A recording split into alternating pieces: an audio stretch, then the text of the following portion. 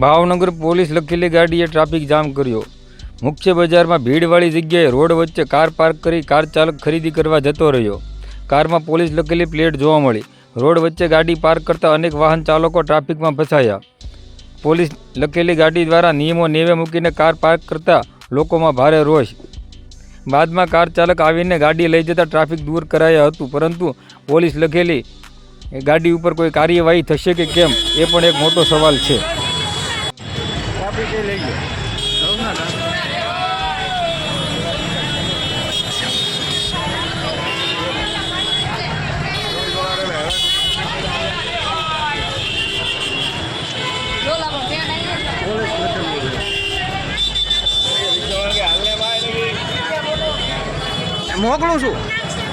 મોકલું છું ત્યાં ભાઈ બંને